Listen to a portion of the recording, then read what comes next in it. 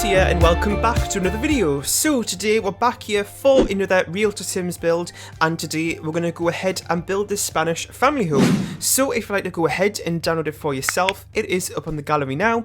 My origin ID is RealThomasTV1, and I will also leave a link to the floor plan of this home. I can't remember exactly the website it was from. It has been one that I have been using a bit more recently after a viewer suggested it, and it has, you know, just like some different things than what I normally look at. I think I usually use houseplans.com, but this one, again, like I said, I can't remember it, but it is a bit different. A lot of the ones I have been doing recently have been just general, you know, family homes, like farmhouse styles, and I did actually do a Mediterranean one a few weeks ago, maybe it's a couple of months ago now, I can't exactly remember. All the days are sort of just merging together at the minute with everything going on, but I did do a Mediterranean themed one in Oasis Springs, and everyone seemed to really enjoy that one, so I thought I'd do another one in a similar style.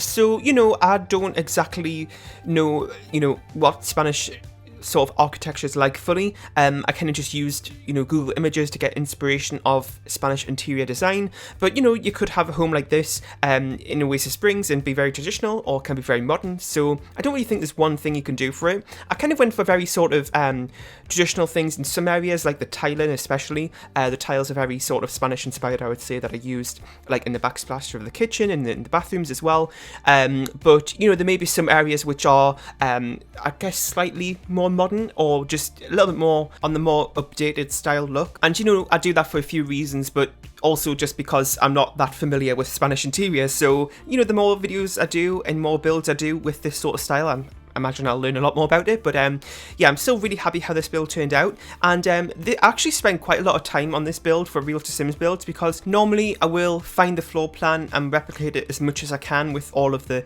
pictures and stuff that I've got to go from, but then at the end of this build, when I was kind of doing the well, actually for this build I did do things a little bit in a different order.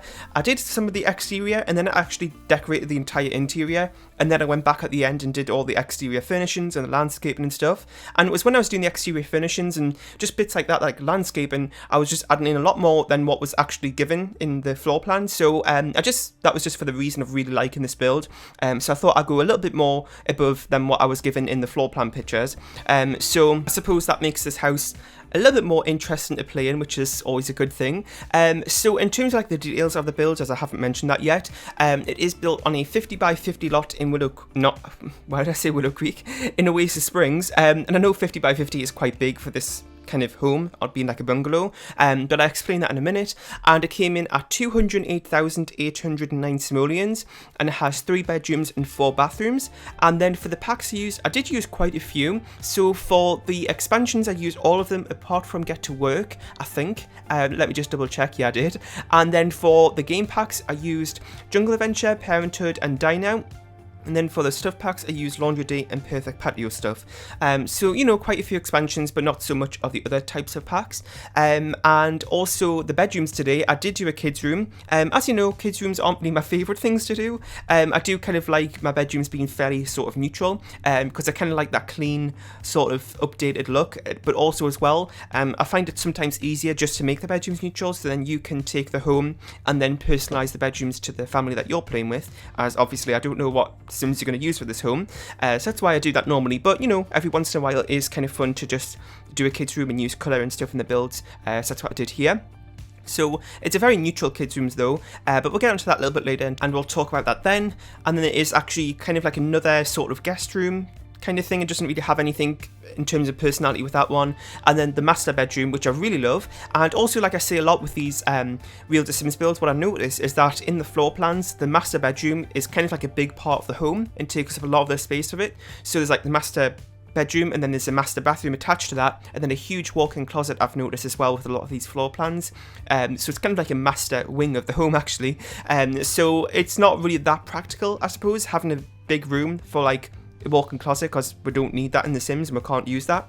But I just did it anyways to kind of go with the floor plan and make it as close as I could to how it actually is. But you know, if you kind of download this home, then you can make changes to make it more practical for you as well.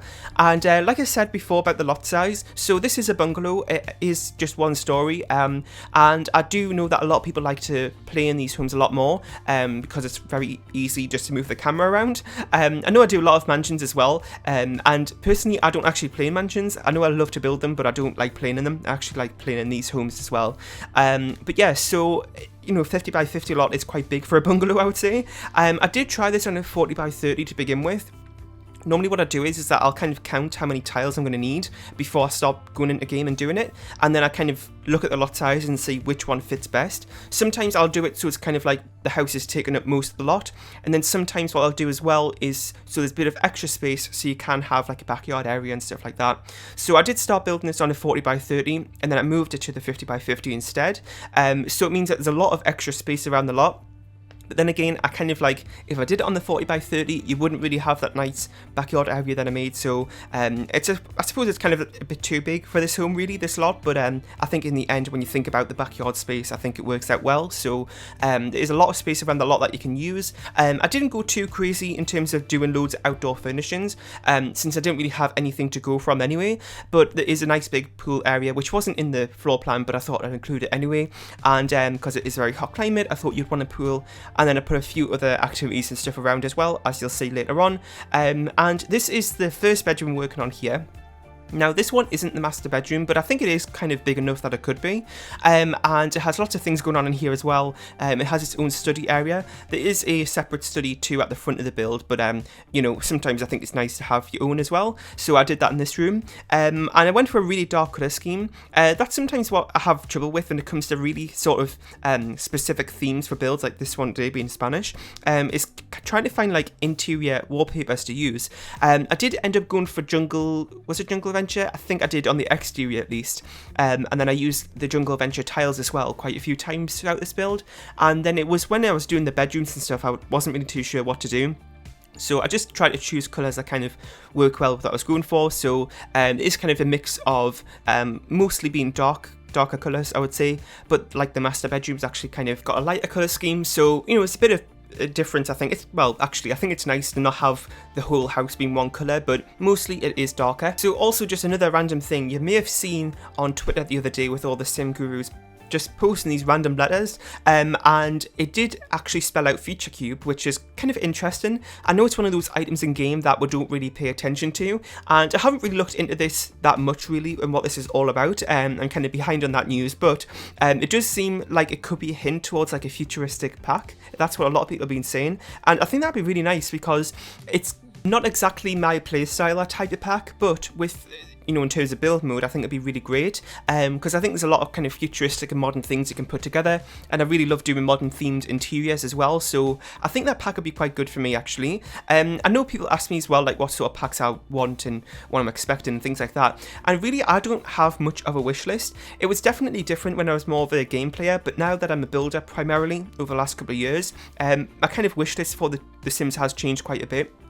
But, you know, farming I think would be a great thing. I wouldn't really see myself using that in terms of gameplay, but for builds, I do love making farmhouses and big farm lots as well. So in terms of building, I think that'd be a great pack. And again, this futuristic style one I think would be a great change as well. And then also I've seen a lot of people as well, and I kind of agree with this, having a winter themed pack, or like a winter sports pack, in like a nice snowy world I think would be great, because again that isn't necessarily what I would build normally, as you've probably seen on my channel, but again it is something that I could do for a change as well, which I think is always a great thing. And yeah, so let me know what you think of the Future Cube sort of information that's been going around Twitter at the minute, and all those kind of predictions that people are having, so you can sound off on that in the comment section. So we're just working on the master bedroom here. Now where this dresser was, there was actually a like a door going out to the porch area, and I kind of wanted to put it in, but then I kind of forgot as well at the same time. It was actually at the end of the build once I'd finished that room completely, and I was starting to work on the exterior furnishings and landscaping, and I realised, but I decided just to leave it out. So I didn't exactly go with the floor plan there, but I think it's okay because it's not going to make so much of a difference. You can still, you know, get to the outside at the end of the day. And then this is the master bathroom here. So it kind of goes through from the master bedroom to the bathroom, and then you get to this, which is the walk-in closet through the bathroom as well. So this room is kind of a waste, really, because it is just, you know, kind of cluttered items that makes up that room, so not really that purposeful. But again, I was just going with the floor plan. If you download this home, then you can change it up if you need to. And there's also a laundry room here as well. I don't always put these in my builds. I kind of do some without and then some with. I don't really have a plan for it, but there was actually kind of a utility room in this build, so I thought that'd be a good use for it. And sometimes as well, kind of just putting a laundry basket in a room kind of helps as well if you have like space to fill. And then also if you have even more space to fill, then put a laundry room in as well. So it kind of works out well.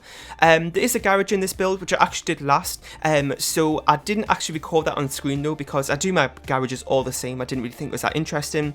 If it's big enough like it was today, I did go ahead and put two sized up. Sorry, I keep saying sized up, they're not sized up. I was so used to always, like all those years, using toy cars, but just debug cars I mean, and I put those in the garage. And then I did go ahead and put a few gym equipment items in there as well.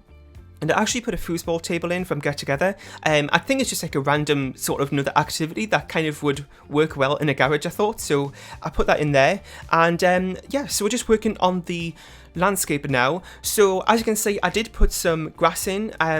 As I was saying, I was building this on a 40 by 30 lot to begin with, and the reason I chose that particular lot that I started building it on was because it was grass, and the floor plan itself was actually a home on grass. So, you know, this was like the next biggest lot in Oasis Springs, and this one is a kind of more deserty one with sand all over. So I did go ahead and put some grass down. I kind of think it adds like a more expensive feel to it as well, like having to put fake grass in for your plants. I thought that was kind of a nice touch. So maybe it's some rich Sims that lives here. And I just went ahead and put a little bit of landscaping in. I didn't go too crazy because I only put the landscaping really where the grass was, and then kind of did some of the grass, change that into dirt to put the plants down. But there are a few palm trees here and there as well. And then we've got this area here, which is like a barbecue area. So I made this like a built-in kitchen. This porch was actually pretty big, so I thought that would be a good use of the space to make it more of like a built-in kitchen barbecue area. And also, again, I think it makes it feel a little bit more expensive as well.